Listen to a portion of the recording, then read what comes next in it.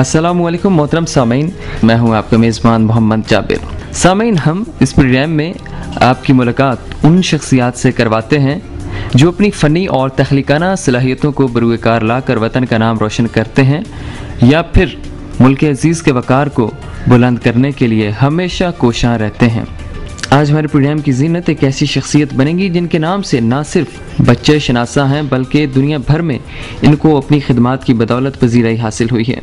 ये एक ऐसी मुअत्तबर शख्सियत है जिनका नाम पाकिस्तान की तारीख के औराक में सुनहरी हरूफ से लिखा जाएगा। जनाब, आज हम जिस शख्सियत को डिस्कस करेंगे वो न्यूक्लियर टेक्नोलॉजी के शोबा में मुख्तसर मुद्दत में जो कारनामे सर अंजाम दिए हैं उसकी बदौलत वो जल्द ही कौमी हीरो की हैसियत से उभरते हैं और इसका सेहरा उन्हीं शख्सियत को जाता है और उनके साथियों के सर है जिन्होंने वतन अजीज़ के लिए काम किया और यही इनके सबसे बड़े एजाज़ की बात है। कौम इन्हें मोहसिन पाकिस्तान के नाम से भी पुकारती है। जनाब, न्यूक्लियर प्रोग्राम के खालिक इंतहाई मोहतरम शख्सियत, आज हम जहाँ भी खड़े हैं पूरे कौम इनकी एहसानमंद है और ये क्रेडिट इसी शख्सियत को जाता है जिन्होंने दिफाई मैदान में नाकाबिल तस्खीर हमको बना चुके हैं और न्यूक्लियर तारीख में एक नए बाब का भी इजाफा कर दिया है। पाकिस्तान की शान, इस धरती अजीम की आन, मुल्क अजीज़ की पहचान, जनाब इज़्ज़त माब डॉक्टर अब्दुल कदीर खान साहब, आपको हम अपने प्रोग्राम में आज खुशामदीद कहते हैं। अस्सलाम वालेकुम। वालेकुम सलाम रहमतुल्लाह। जाबिर भाई, खैरियत से हैं आप? जी, अल्लाह का शुक्र है, खैर खैरियत से। आप सुनाइए कैसे? रमजान मुबारक, बहुत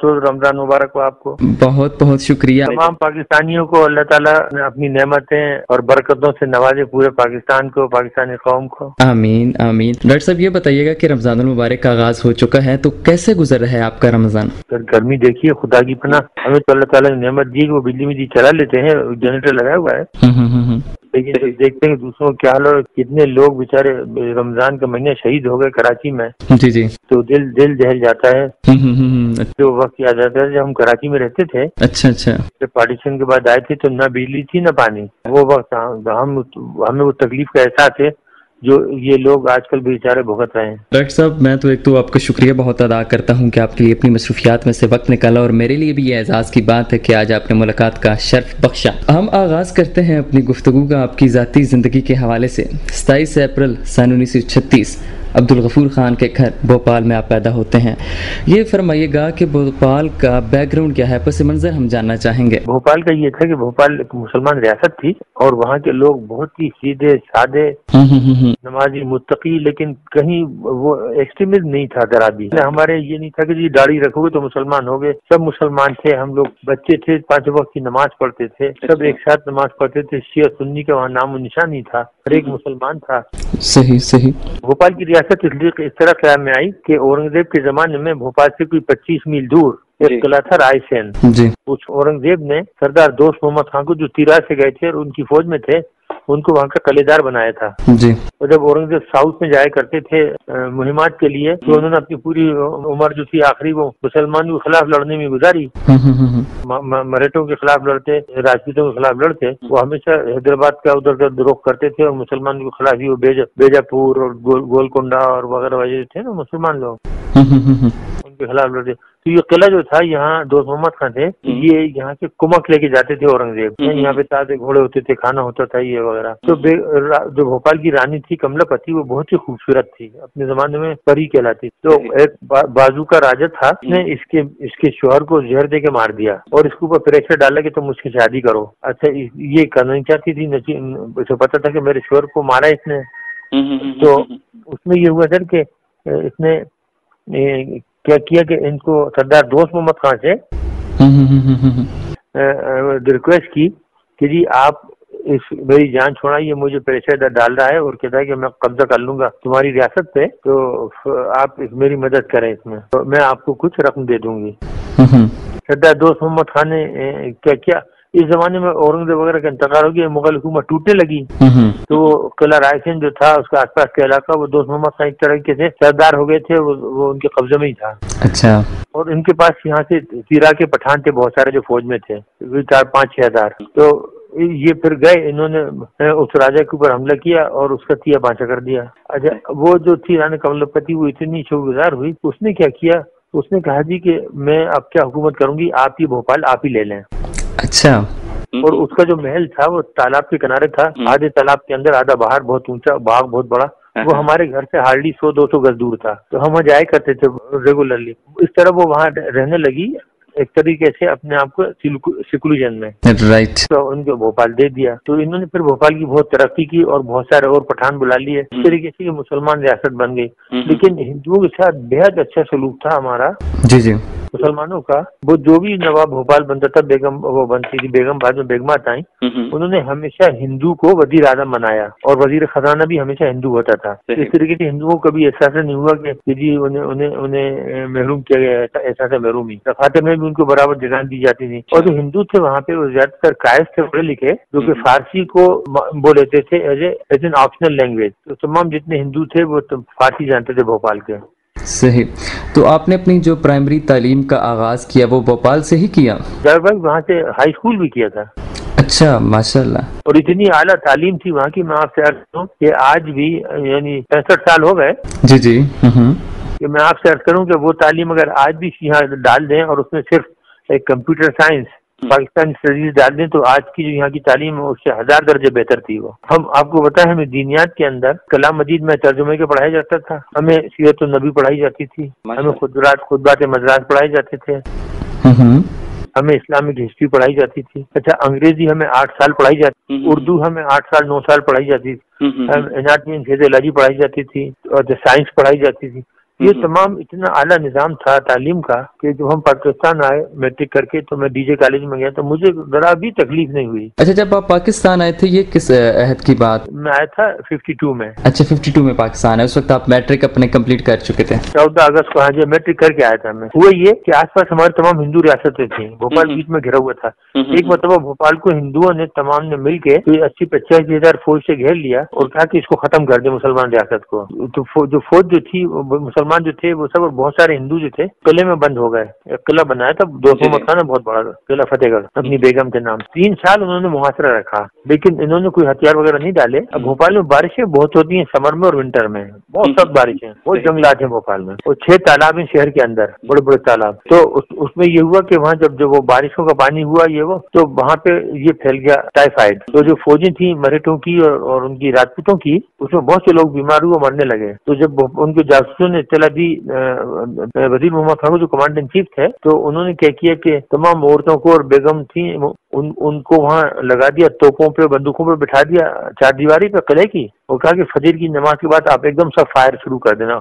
और उनको जितनी औरतें थी उनको पगड़ बांध दिए जैसे मर लगे, और फिर किले का दरवाजा खोल के 6000 फौज से इन पे हमला कर दिया। और पता नहीं कितने 25-30 हजार 40 हजार आदमी इनके मारे गए, हिंदुओं के जो भाग सकते थे वो भाग गए। उसके बाद कभी इनकी जरूरत नहीं हुई। तो आसपास तमाम हिंदू रियासतें थी, तो नवाब भोपाल ने हम सबको मशवरा दिया कि अभी आप पार्टीशन की फौरी बात, कत्ल गारतगरी हो रही थी, बड़ी सख्त, हिंदू जो भी हिंदू रियासतों में था इलाकों में उनको वो कत्ल कर रहे थे मुसलमानों को। तो नवाब भोपाल ने सबको मशवरा दिया कि आप कोई अभी भोपाल से न जाएं, जिनको पाकिस्तान जाना है जब हालात ठीक हो जाए तो जाएं। फिर हालात ठीक हुए सर कुछ जाके सन 50 में 51 में। अच्छा, मैं तो मैट्रिक कर रहा था, तो मेरे भाइयों ने सबने कहा कि नहीं आप मैट्रिक करके जाना। अच्छा, मेरे 2 भाई 47 में आ गए थे यहाँ। अच्छा, पाकिस्तान के अंदर? पाकिस्तान आ गए थे वहाँ। तो बाकी जो फैमिली के मेंबर्स थे वो?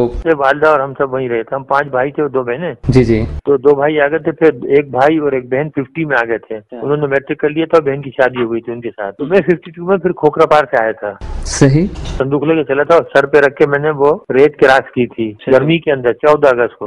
वो सफर जो था वो पैदल ही आपने जो है वो कवर किया? पैदल सफर किया। वो पता नहीं 6-7 किलोमीटर था, नो मैंस लैंड, और वो रेत थी, तो उसमें हमारे जूते अंदर घुस जा रहे थे रेत में। तो मैंने जूते निकाल के तो बांध के तो गले में लटका लिए थे। तो क्या ये कहा जा सकता है कि पाकिस्तान की मोहब्बत के शहदाई थे कि आपने वहाँ से हिजरत की, पाकिस्तान आए? बिल्कुल, पाकिस्तान से हमें बड़ी मोहब्बत थी। भोपाल के अंदर तमाम लोग मुस्लिम लीगी थे, तमाम मुसलमान, और हमने बढ़ चढ़ के हिस्सा लिया था वहाँ शहरी के पाकिस्तान में सब मुसलमानों ने। ये बताइएगा कि आपकी मजहबी और तालीमी माहौल से हमेशा वाबस्तगी रही, इल्म से मोहब्बत की जो शम्मा थी वो रोशन करने की हमेशा कोशिश की। क्या ये अपने वालिद से आप इंस्पायर थे, अपने घर में रहते थे, या उनकी खास तवज्जो का मरकज? जब भाई मेरे वालिद हेडमास्टर थे और हाई स्कूल के हेडमास्टर थे। उस जमाने में ये होता था, ग्रेजुएट होना बहुत बड़ा काम था। मेरे वालिद नागपुर से ग्रेजुएट थे और उस जमाने में ये अच्छा रिवाज था कि जितने हाई स्कूल होते थे उसके अंदर बंगला होता था हेडमास्टर का, और फर्निश होता था अंग्रेज के जमाने में, और तनख्वाह उनकी 200 रुपए थी, और जो कि उस जमाने में जज की तनख्वाह जो थी 50 रुपए थी। जी जी। तो बहुत अच्छी तनख्वाह होती थी। तो मेरी वालिदा हमें सब किस्से सुनाया करती थी, इतना अच्छा वक्त होता था। तो कई शहरों में, वो जबलपुर और नागपुर और भुसावल और अकोला, इन तमाम शहरों में वो हेडमास्टर रहे। अच्छा, तो क्या आप बताइएगा कि भोपाल का जो माहौल था और आपके अपने वालिद के जज्बात तो एहसासात का असर था, वो आप पर कितना पड़ा? तो बहुत ज्यादा। एक वालिद बेहद नर्म मिजाज रहमदिल थे, बहन भाई बहुत ही नर्म मिजाज हैं और रहमदिल हैं, और हमारे लिए ये होता है कि जी मदद करना जो है हम अपना फर्ज समझते हैं हर जरूरतमंद की। तो ये है अच्छा, जुल्म बिल्कुल नहीं करते, जानवरों से हम बेहद मोहब्बत करते हैं। हम यहाँ पे आप हमारे घर में देखें तो अभी भी बंदर यहाँ बैठ के अभी गए हैं, हम उनको दिन भर सेब खिलाते हैं, मूंगफलियां खिलाते हैं, रोटी खिलाते हैं, और गंदम देते हैं। फाख्ता बैठी हुई अभी भी गंदम खा रही है, बाहर बैठी हुई बहुत सारी। क्या बात है। तो ये अच्छा, और घर में हमारी 14 बिल्लियां हैं। माशाल्लाह, ये आपका अपना शौक है बचपन से जानवरों के साथ? बेगम को भी शौक है, बच्चों को भी शौक है। मेरी अपनी हिदायत होती है सबको कि घर के अंदर जानवर जरूर रखो, बिल्लियां रखो, कुत्ता रखो, ताकि बच्चे आदी हों। ये ना हो कि बड़े हो कि बिल्ली को देख के तो भागे और सोफे पे खड़े हो जाए जूते पहने हुए। देखो देखो, तो ये ऐसा अक्सर होता है, हमारे आते हैं बड़े लोग, बड़ी उम्र वाले, और अगर बिल्ली को देखते हैं तो दौड़ के तो सोफे पे खड़े हो जाते हैं मैं जूतों के। अच्छा सही। मेरा ये मशवरा होता है कि हमेशा घर में जानवर रखें, क्योंकि जब इंसान जानवरों से मोहब्बत करता है तो इंसान से भी मोहब्बत करता है। बिल्कुल सही कहा आपने। तो ये बात है, इसलिए हमें शुरू से वालिद हमारे बेहद नरम मिजाज थे, कभी नाराज नहीं हुए। अगर नाराज हुए तो कभी अगर हमारे हाथ में गुलेल देखी ना, बस उस वक्त उन्होंने हम पे गुस्सा किया कि जानवरों पे या परिंदों पे जुल्म नहीं करना चाहिए। बचपन से आप नमाज रोजे के पाबंद थे, हुसूल इल्म का शौक था, या फिर बाद में डेवलप हुआ? मैंने बताया ना, घर का माहौल ही था। वालिदैन हमारे 5 वक्त के नमाजी थे, बड़े भाई थे, कलाम मजीद हम शुरू से पढ़ लेते, घर पे हमारे टीचर आके पढ़ा देते थे, स्कूल में भी कलाम मजीद में तर्जुमा किया। तो उस ऐद में, उस वक्त में आपको खेलने का भी शौक था? खेलते थे आप? कोई आप खेलते भी खूब थे जी। हम लोग क्रिकेट भी खेलते थे, फुटबॉल भी खेलते थे, गिल्ली डंडा भी खेलते थे। वाह। हमारे क्योंकि तालाब बहुत थे, स्विमिंग भी बहुत करते थे हम लोग। हमारे एक कहावत थी कि बच्चा भोपाल का स्विमिंग पहले सीखता है और चलना बाद में इतनी ज्यादा वाबस्तगी थी खेल के मैदान में। इस तरह पठानों का होता है ना कि उनका बच्चा अजान से पहले गोली की आवाज सुनता है। अच्छा, आप 1952 में पाकिस्तान आते हैं, फिर कहाँ से करते हैं फिर आप? फिर मैंने बीएससी डीजे कॉलेज से किया था, कराची से। डीजे कॉलेज से मैंने बीएससी किया। फिर मैं 3 साल मुलाजमत की। मैं इंस्पेक्टर वेट्स एंड मेजर्स हो गया था। फिर मेरा दिल नहीं लगा कि ये ऐसी नौकरी में क्या कोई फ्यूचर नहीं था। फिर मैं मालूम करता रहता था, जर्मन एम्बेसी जाता था, लिटरेचर पढ़ता था, देखा और सुना भी कि बर्लिन यूनिवर्सिटी बहुत अच्छी है, सबसे अच्छी। तो जब जर्मन एम्बेसी जाता था तो उनका एक सेक्रेटरी था, डॉक्टर शराइटर, वो आ जाता था मुझे देख के। उस जमाने में कोई रस्म नहीं होता था, एम्बेसियों पे खुला होता था, वो भी खुश होता था कोई आगे बैठा है अंदर, रिसाले पड़े होते थे, मैं देखता था। तो वो आके पूछते थे क्या है, मैं पढ़ा, उनका मेरा इरादा जर्मनी जाने का। वो कहता चले जाओ फौरी बर्लिन चले जाओ, मैंने बर्लिन में पढ़ा है। पैसे की फिक्र मत करना, वहाँ इतना काम होता है, तुम फ्री टाइम में काम कर सकते हो, पार्ट टाइम में काम कर सकते हो, पढ़ सकते हो। बस फिर मेरा शौक हुआ तो मैंने अपने बड़े भाई से कहा। मेरे बड़े भाई ने मुझे 2,000 रुपए दिया, लगभग सभी उनका इंतकाल हुआ, 2 महीने हुए। 2,000 रुपए मुझे दिए, जिसमें से 1450 रुपए का मैंने टिकट लिया। अच्छा। और 300 रुपए के 30 पाउंड लिए, वो फॉरेन एक्सचेंज मिला। जी जी। तो बाकी पैसे थे थोड़े से, उनसे मैंने छोटा सा और सामान वान लिया साथ ले जाने का। और मैंने अल्लाह का नाम लेके वन वे टिकट लेके, और मैं 31 अगस्त सन 61 को बर्लिन रवाना हो गया। वहाँ पर मैंने मुलाजमत की और पढ़ा। छुट्टियों में मुलाजमत करता था और फिर पढ़ता था। इस तरीके से मैंने वहाँ 2 साल पढ़ा। उसके बाद मेरी अपनी बेगम से दोस्ती हो गई, वो आलिम की थी। अच्छा, ये मैं जरूर सुनना चाहूंगा, ये जो बेगम से दोस्ती हुई, ये बड़ा दिलचस्प वाक़या है। ये कैसे इंटरेक्शन हुआ वहाँ पे जाके? वो ये कि मैं छुट्टी में, मेरी आदत थी कि मैं बहुत घूमता था। जी जी। एक बार मैं छुट्टी में हालैंड चला गया, तो मैं हेग में था, तो एक दुकान पे गया, तो वहाँ से हमेशा कार्ड लेता था, पोस्ट कार्ड होते हैं ना ये टूरिस्ट के। जी जी जी जी। तो वो मैं लेके तो हमेशा बहन को भेजता था। करस्पॉन्डेंस मेरी हमेशा मेरी छोटी बहन से होती थी, जो कराची में रहती हैं। तो मैंने उनको वहाँ से कार्ड लिया उनसे। मैंने उनसे दुकानदार से पूछा कि आपके पास स्टैम्प होगा? तो उनके नहीं, स्टैम्प तो मेरे पास नहीं है। तो मेरी बेगम बाजू में खड़ी थी, तो पूछा कि ये भी कुछ ले रही थी वहाँ, तो पूछा कि कहाँ के लिए चाहिए? मैंने कहा कि पाकिस्तान के लिए। तो उन्होंने कहा कि अच्छा, उन्होंने अपनी नोटबुक निकाली अपने पर्स में से, तो उसमें स्टोन्स रखे थे बहुत सारे, उसमें से एक निकाल के मुझे दिया कि ये लगा दें, बाई एयर चला जाएगा। मैंने पैसे देने चाहे तो उन्होंने नहीं लिए, नहीं नहीं नहीं कोई बात नहीं। तो पूछे ये क्या कर रहा है, मैंने कहा यहाँ पढ़ने आया हूँ बर्लिन में। उनसे ठीक है, तो मैंने कहा मुझे कार्ड दे दीजिए, अपना पता दे दीजिए, मैं आपको शुक्रिया अदा करूंगा। उन्होंने अपना कार्ड दे दिया, चला गया बर्लिन। फिर वहाँ से करस्पॉन्डेंस हमारी इस छुट्टी में बर्लिन आई, मुझे बर्लिन पसंद आया बहुत। फिर उन्होंने कहा कि मुझे भी यहाँ जॉब मिल सकती है, क्योंकि ये इंग्लिश स्पीकिंग थी, मदर उनकी अंग्रेजी फ्लुएंटली बोलती थी। इनके वालिद सेकेंड वर्ल्ड वार के दौरान वालिदैन साउथ अफ्रीका चले गए थे, जब जर्मन ने हालैंड पर कब्जा किया, वहीं पैदा हुई थी और 17 बरस की थी जब ये हालैंड आई थी। तो फिर तो उन्होंने कहा कि मैं यहाँ मुलाजिम कर लूँ। मैंने कहा आसानी से मिल जाएगी आपको बहुत। तो इनको वहाँ अमेरिकन फोर्सेज में फाइनेंस डिपार्टमेंट में जॉब मिल गई। ये आ गई, ये आई जून के अंदर। तो ये फिर अपने काम को चली जाती थी सुबह से शाम को, फिर हमारे हॉस्टल आ जाती थी यूनिवर्सिटी के। अच्छा। हम वो खाना वाना खाते थे। हमारे और कई दोस्त जो थे जर्मन, उनकी भी मंगेतरें थी, दोस्त थी, वो भी किचन में आते थे, बड़ा सारा किचन था, हम खाना वाना साथ में पकाते थे, खाते गप्पे लगाते थे। सिर्फ एक पाकिस्तानी स्टूडेंट था उस वक्त वहाँ, और वो थे अख्तर अली, जो कि आजकल फिर उन्होंने इलेक्ट्रॉनिक्स में इंजीनियरिंग की थी, तो उन्होंने ह्यूज एयरक्राफ्ट में किया था, सिंगर स्पेस रिसर्च में, MIT में वगैरह वगैरह। फिर वहीं सेटल हो गया, उनके बच्चे वगैरह वहीं, हमारी करस्पॉन्डेंस होती रहती है। तो उनकी वो भी आ जाती थी, उनकी मंगेतर आ जाती। तो इस तरीके से हम वहाँ रहे। उसके बाद हम छुट्टी पे गए हालैंड एक मरतबा। तो वहाँ मेरी बेगम ने कहा कि जी कि आप हालैंड नहीं आ सकते, मेरे वालिद ये अपने वालिद की अकेली बेटी हैं। तो वो हालैंड से ही बिलोंग करती थी आपकी बेगम साहिबा? ये हालैंड से एक से। तो उन्होंने कहा आप यहाँ नहीं आ सकते पढ़ने के लिए, मेरे वालिद अकेले हैं, मैं भी तो चली गई हूँ, इनके लिए अच्छा नहीं है। मैंने कहा जी क्या हमारी आपको तारीख का पता नहीं है, हम लोग मुसलमान, हमारे बादशाहों ने सल्तनत लुटा दी है औरतों की खातिर। तो मैंने कहा कि आपने तो बहुत ही कम कुर्बानी मांगी है। तो मैंने कहा यूनिवर्सिटी कौन सी है? तो हेग के करीब एक जगह है डेल्फ। अच्छा। उसकी बहुत ही फेमस यूनिवर्सिटी है, जो कि यूरोप की MIT कहलाती है। तो उनका कि वहाँ यहाँ पढ़ लें आप, और वहाँ 10,000 स्टूडेंट थे उस वक्त, और बहुत ही आला यूनिवर्सिटी वो। जब मैंने वो विजिट की तो वो बर्लिन से अच्छी थी। तो क्रिसमस का टाइम पे छुट्टी थी, तो उन्होंने फोन किया, वहाँ हेड ऑफ डिपार्टमेंट जो था वो वहीं रहते थे, यूनिवर्सिटी टाउन था, वो लोग छुट्टियों में काम करते ताकि प्रोफेसर वगैरह जो नॉर्मल दिनों में उन्हें फुर्सत नहीं मिलती थी पब्लिकेशन वगैरह की। तो हम गए तो वेटर ने पूछा, तो मैंने बताया कि मैं पाकिस्तानी हूँ और बर्लिन में पढ़ रहा हूँ, ये मेरी मंगेतर हैं और ये इनके वालिदैन यहाँ रहते हैं, ये कहती है कि इधर आ जाओ। तो उसने कहा कि जी आ जाओ, बिल्कुल कोई प्रॉब्लम नहीं है, तुम्हारा 1 घंटा भी जाया नहीं होगा, और तुम वहाँ से यूनिवर्सिटी लीविंग सर्टिफिकेट ले आओ और तुम हम यहाँ शुरू कर देना। मैं वापस में बर्लिन गया, वहाँ से मैंने यूनिवर्सिटी लीविंग सर्टिफिकेट लिया। जो 2 साल मैंने वहाँ पढ़े थे, वो 2 साल उन्होंने पूरी सबसे मुझे एग्जामिशन दे दी। इस तरह मैं हालैंड में फिर मैंने पढ़ा। मैंने वहाँ से फिर मास्टर्स की डिस्टिंक्शन के साथ। तो किस सब्जेक्ट में आपने मास्टर किया? MSc किस सब्जेक्ट में वहाँ से आपने किया? उसमें मेटलर्जी में, और ये फिजिकल मेटलर्जी थी जिसके अंदर फिजिक्स वगैरह बहुत पढ़ाई जाती है और न्यूक्लियर फिजिक्स भी बहुत पढ़ाई जाती है। तो ये आपने हालैंड से ही की? वहाँ से जब मैंने मास्टर्स की तो मेरे प्रोफेसर ने मुझे अपने पास असिस्टेंट रख लिया, बहुत खुश था मुझसे, और उसने कहा कि तुम यहाँ से PhD कर लो। अब मैं जरा फेयर नवर तबीयत का मालिक हूँ, मैंने कहा यार कहीं और चलते हैं। अच्छा। हमें ऑफर थे बहुत, अमेरिका से भी थे, ऑस्ट्रेलिया से भी थे, इंग्लैंड से भी थे, क्योंकि डेल्फ यूनिवर्सिटी बहुत अच्छी थी, बहुत फेमस। तो फिर बेल्जियम से एक ऑफर आया, लेवेन यूनिवर्सिटी बहुत फेमस, तो 650 साल पुरानी, तो वहाँ से ऑफर आया। तो हमने कहा चलो चल के देख कर आते। तो बेगम में वहाँ गए तो हमें बहुत पसंद आया। छोटा शहर, यूनिवर्सिटी टाउन, 40,000 की आबादी थी, और जिसके अंदर 25,000 स्टूडेंट थे और 15,000 शहरी, और दुकानें मुकानें इनकी हुई है। वो बड़ा खूबसूरत छोटा सा शहर, हमें कदर पसंद आया। उन्होंने हमें घर दिखाया, एक कंपाउंड था, में PhD इसका फेलोज के लिए, वो विजिटिंग प्रोफेसर के लिए बड़ा उम्दा छोटे छोटे घर थे, वो दिखाया कि हम आपको घर भी देंगे यहाँ। बस हम तो तबाह हो गए दोनों, हमने फौरी हामी भर ली। फिर हम बेल्जियम शिफ्ट हो गए, वहाँ से मैंने PhD की। तो PhD किस सब्जेक्ट में आपने की?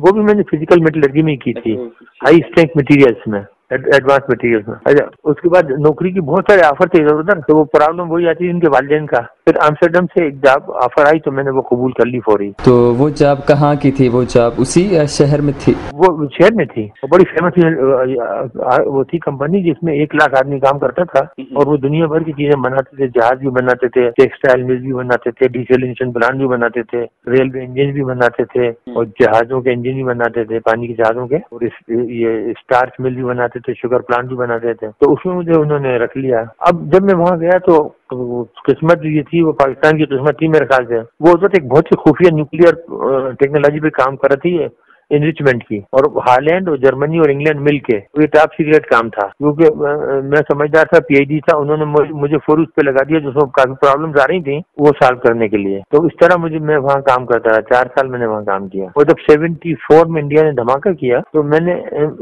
भुट्टो साहब को लिखा कि जी अब आपके पाकिस्तान के पास 10 साल से ज्यादा नहीं है, ऑलरेडी टूट चुका है, और 10 साल के अंदर ये बाकी भी टुकड़े टुकड़े हो जाएगा, हिंदुस्तान इसके टुकड़े कर देगा। तो अगर आपने कोई मैचिंग